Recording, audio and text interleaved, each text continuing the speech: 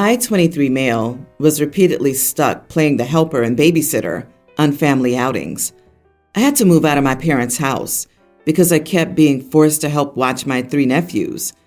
Last year, we took a family vacation in the summer to the coast. I rode with my parents, who paid for my hotel room, only I had to share that room with 3 rowdy boys because my sister and her husband wanted a room for themselves. I was promised time to do my own things on the vacation, but instead, I ended up having to help with these kids. I complained to everyone about it and was reminded that I was there for free. And then we did only one thing I wanted to do, which was a tour of an art gallery. I like doing this whenever I'm at the coast, but the kids find it boring. This year, my parents have a beach trip planned for June, and they assumed I'd be riding along the same way as last year, but I refused.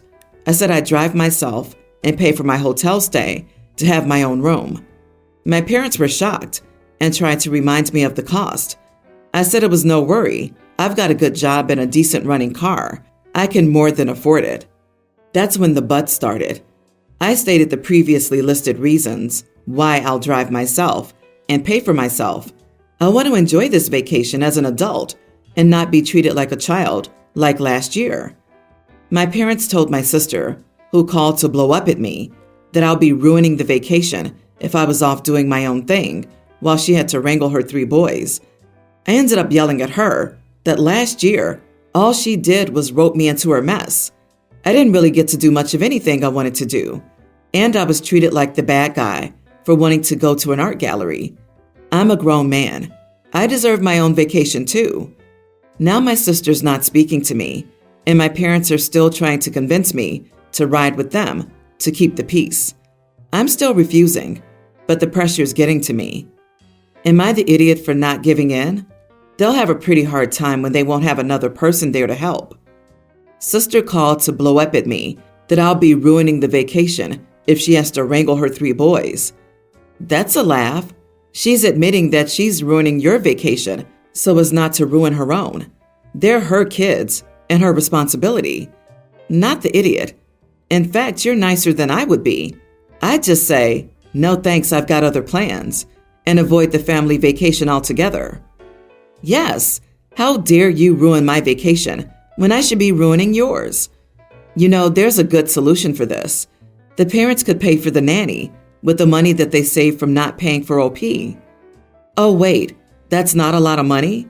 Guess you really didn't value your brother or son's contributions. LMFAO. Yeah, that's what I'm not getting.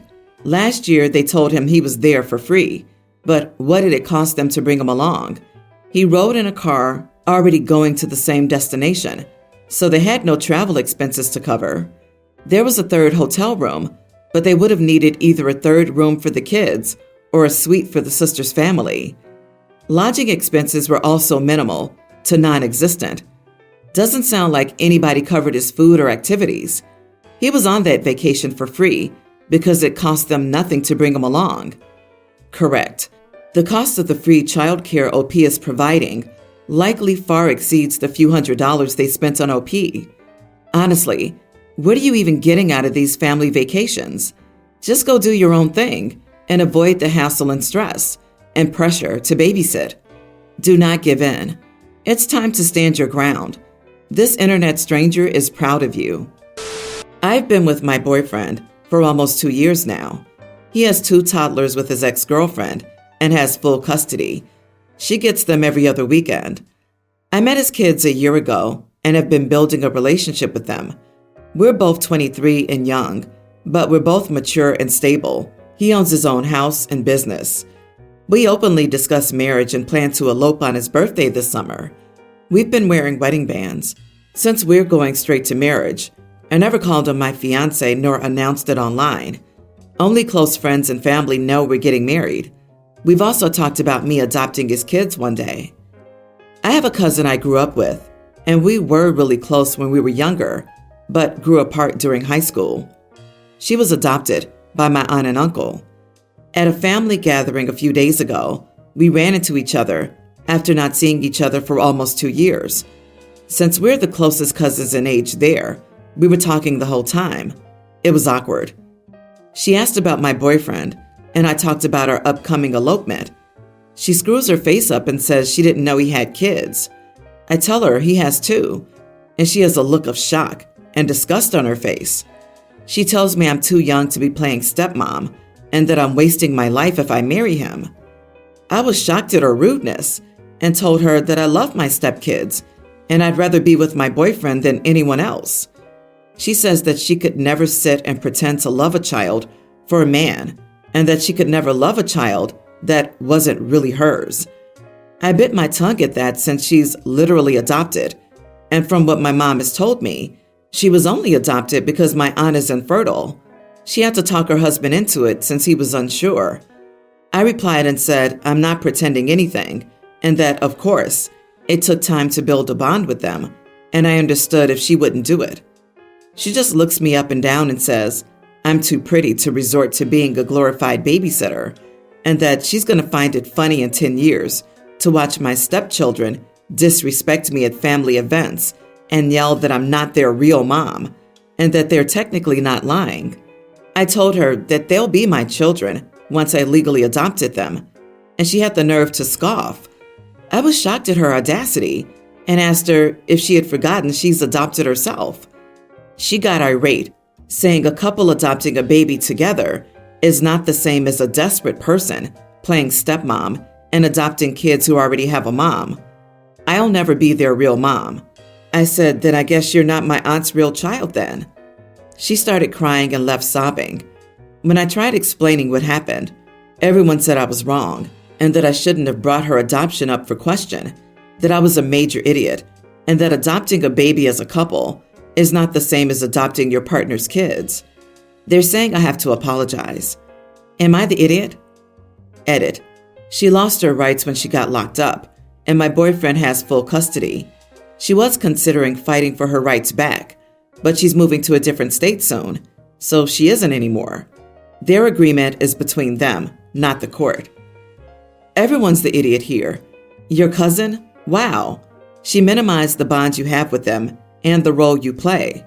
But you, also wow, assuming the children's mom would give up her parental rights so you could adopt them. What a horrible thing to be planning.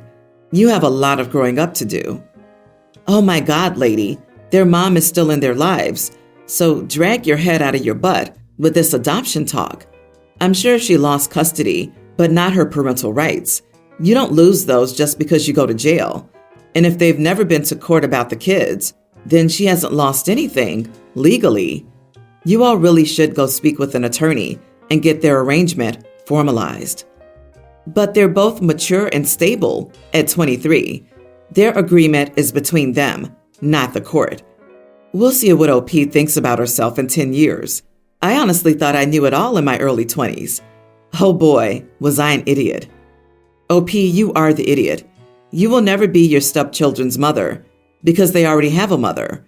You'll be a mother-like figure to them, but as long as their mom is alive and present, you'll be the stepmom, which is still an important role to play. The fact that you think you can adopt these kids is evidence that your cousin is right, that you're a bit naive about the reality of your situation.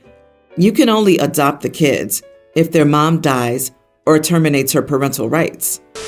My significant other, SO, and I are dating and have lived together for less than a year. Our current rent is about $2,000 a month, and various utilities run about $700 a month. I make about 4 times my SO, so I pay all the rent while they pay the utilities. We also shopped for our furniture together and paid equal amounts. We didn't go all out and stayed within a reasonable budget. For example, our couch cost $500, and my SO easily paid $250, and I paid $250. We're happy with the situation, and there have been no complaints. I've been offered a new job in a new state, and we agreed to move for my job, since it'll be a great stepping stone for my career, and I'll be making much more, about 6 times more than my SO. Also, my SO works at a job easily available in the new state. Furthermore, my SO is excited to move because the new state has more opportunities and things for us to do for fun. The problem is that my SO's been looking at places that cost between 8 to 10K a month, while I'm only comfortable with paying up to 4K a month. My SO argues that I have to look the part of my new position, and the more expensive places are in better parts of the city with less crime. While that is a valid argument, I contend that we don't have to live in the city, and I'm willing to commute. In addition, my SO's been looking at furniture and appliances that are far beyond what we currently have. We're not bringing anything but clothes and some items. For example, I'm perfectly happy with the $500 couch, but they're looking at ones that cost $3K. We went back and forth until I had enough and said that I was only paying $4K a month, and we were buying reasonable furniture and other household stuff. They'll have to pay the difference if they want to live in a luxury building or have designer stuff. My SO was hurt by this and accused me of being financially abusive and rubbing my better earnings in their face. They've gone to their friends and family, and literally everyone is against me. I thought I was right, but now that I'm the only one who thinks I'm right, I'm not so sure. This is literally the exact opposite of financial abuse. It's called fiscal responsibility. Tell me you're a gold digger without telling me you're a gold digger. Look the part? What the heck? Not the idiot, OP. You might need someone more aligned with your lifestyle. I bet your family was told the story in different words. SO probably told them, OP wants me to pay $6,000 a month when they only pay $4,000 a month.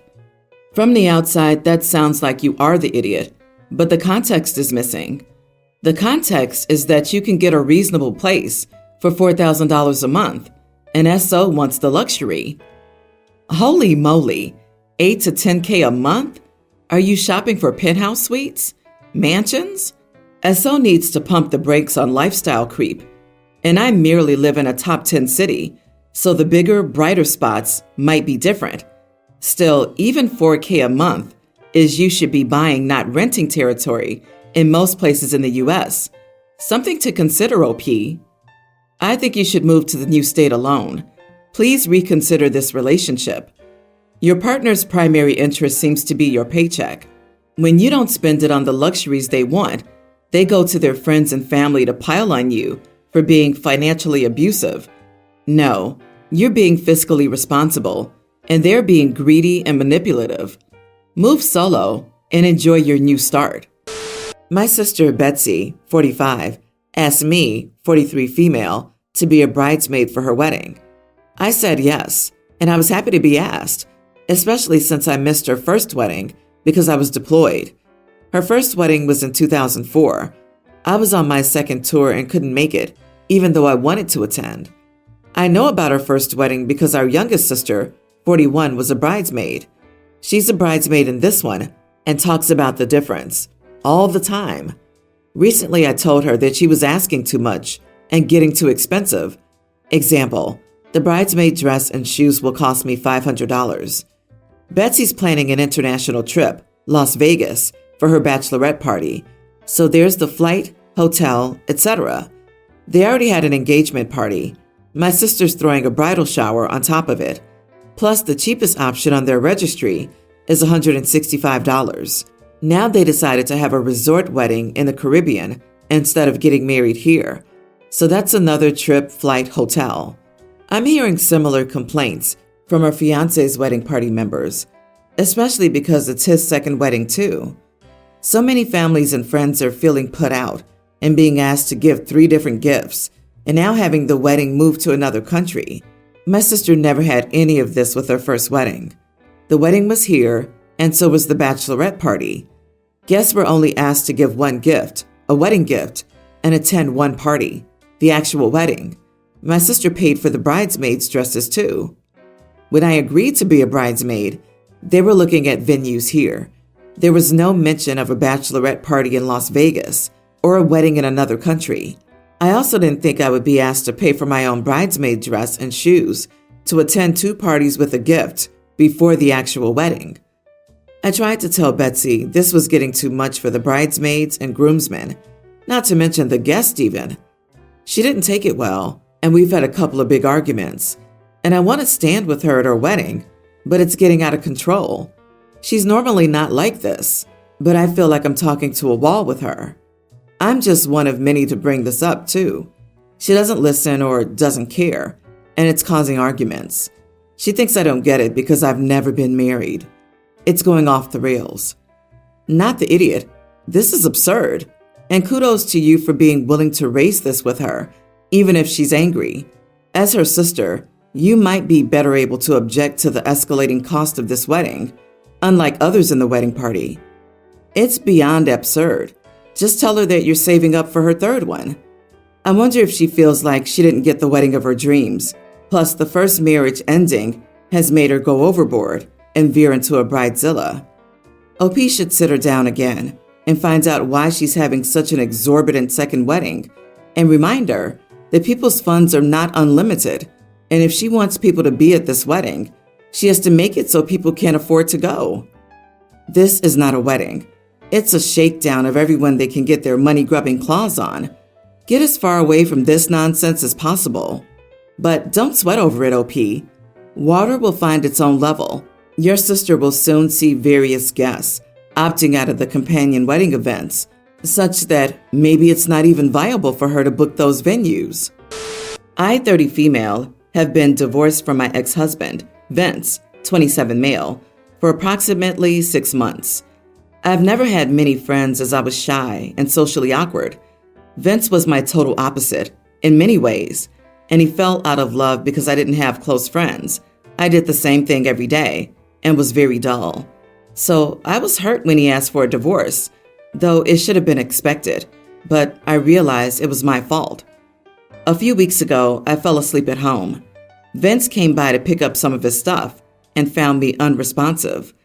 After a visit to the emergency room, they found that my heartbeat would rapidly drop when I slept, which could eventually lead to sudden death. They're unsure of the cause, but I have to wear a heart monitor that tracks my heartbeat and calls the emergency line if it drops too low.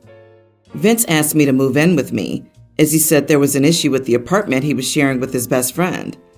I agreed. He also asked if he could do some things to reassure himself that he wouldn't find me unresponsive again. I agree, but it's gone too far. There was a malfunction with my original heart monitor, and now I wear two, one and a backup. He bought a Fitbit connected to his phone and asked me to wear it, as it would inform him of when my heartbeat dropped. Vince said it was necessary, since I didn't have anyone but him to ensure I was all right. I feel embarrassed because it's true. My life has not changed. It's still a quiet, dull life. The Fitbit was a painful reminder. I'm not used to wearing things on my wrist. I took it off at work, and Vince called me in a panic, asking why I took it off. I said it was unnecessary. He said that the heart monitors weren't enough, as I used phones, tablets, and microwaves. He said I didn't understand his feelings and worries, and if I wanted to fix this, I had to wear this Fitbit. He was sobbing on the phone, and I could hardly understand him. Am I the idiot? You are the idiot. Why do you want your ex-husband to live with you? Do you need help standing up for yourself in general? And blaming yourself for being dull when you're really just an introvert seems like you've internalized negative things you've heard about introverts. It's time to start working on standing up for yourself and building more self-confidence and self-love. Why do you want your ex-husband living with you? It's because she almost died, you idiot. Just because he asked for a divorce due to incompatibility doesn't mean he doesn't care deeply about whether OP lives or dies. Is he not allowed to do that anymore because of consequences? His moving back in seems to be more about his concern for OP's health than trying to get free rent. X is not just some jackass. He found OP half dead, and one monitor has already failed. Anyone would be concerned and overprotective. I think no idiots here. Yes, he found her unresponsive. I understand this. What is she supposed to do? Let him live with her forever? She's an adult. She can take care of herself. He's an idiot. It's her home. He divorced her because his friends didn't like her. He's absolutely 100% an idiot. It is time for him to move out of the house that she inherited and for her to find her life again as a single woman, a choice he made. Also, Fitbits don't record heart rate reliably, and he'd have to look at it 24/7 to see if it dropped. Looks like he wants to watch OP's every move.